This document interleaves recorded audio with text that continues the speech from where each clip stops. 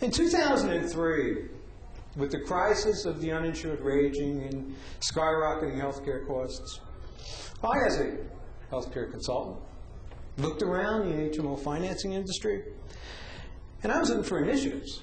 I was saying, my goodness, there must be somebody out there. This isn't looking at healthcare financing reform. I mean, it's obvious. But we were very surprised. I was very surprised. There were no groups looking at any type of reform initiatives.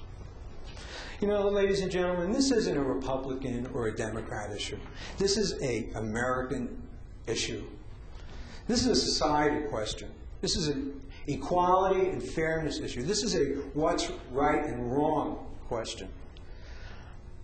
It's very disheartening to me to think that I live in a country that allows 18,000 people to die prematurely every year because they don't have health insurance, but then allows billions and billions of dollars to be taken out of the healthcare system and given to investor groups.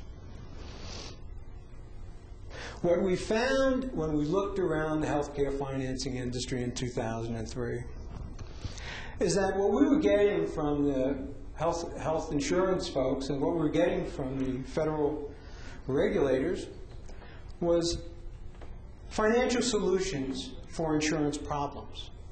In place of reform, we were getting financial schemes that would help us pay for overpriced services.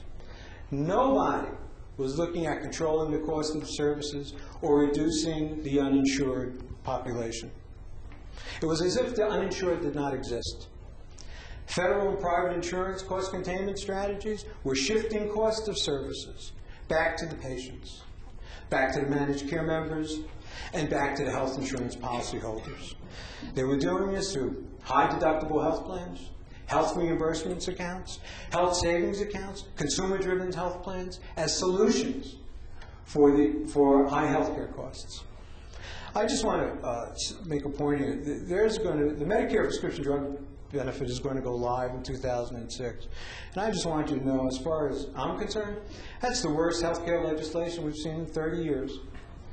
That if you do the math, a Medicare recipient that pays $400 a month for their prescription drugs, or $4,800 a year, after all the deductibles, co-payments, and are taken out, will wind up saving $24 annually. Now, what that means is that this program is really for the Medicare recipients that have exorbitant prescription drug costs. And everybody else, trust me, are going to wind up paying more out of their pocket. The AARP, by the way, should be ashamed for supporting this legislation. And in addition to that, they're marketing this legislation for the feds right now. They will pay a heavy price, I guarantee you. Let's talk a little bit about cost sharing. The payers call it cost sharing. We in the industry call it cost shifting. Years ago, there was a theory that would justify the cost shifting. And that theory was that, and there were numerous reports and surveys and analysis done, conducted mostly by conservative think tanks, the Cato Institute, the American Enterprise Institute, the Heritage Foundation. And what it said is that if consumers bore more of the cost for healthcare services, they would be better consumers. Well, I'm going to tell you right now, that theory is very flawed. When my thoracic surgeon said to me, Tom, you need open heart surgery, you need bypass, I didn't say to him, well, how much are you going to charge me? And I didn't say to him, you think we could get an anesthesiologist that would give us a break on the price? And I didn't say to him, how about if I go to the surgical suite on a Friday, or a Monday, when it's not being used too much? You think I get a better deal? The fact of the matter is that human beings do not negotiate price with their providers. That's just the reality of the situation.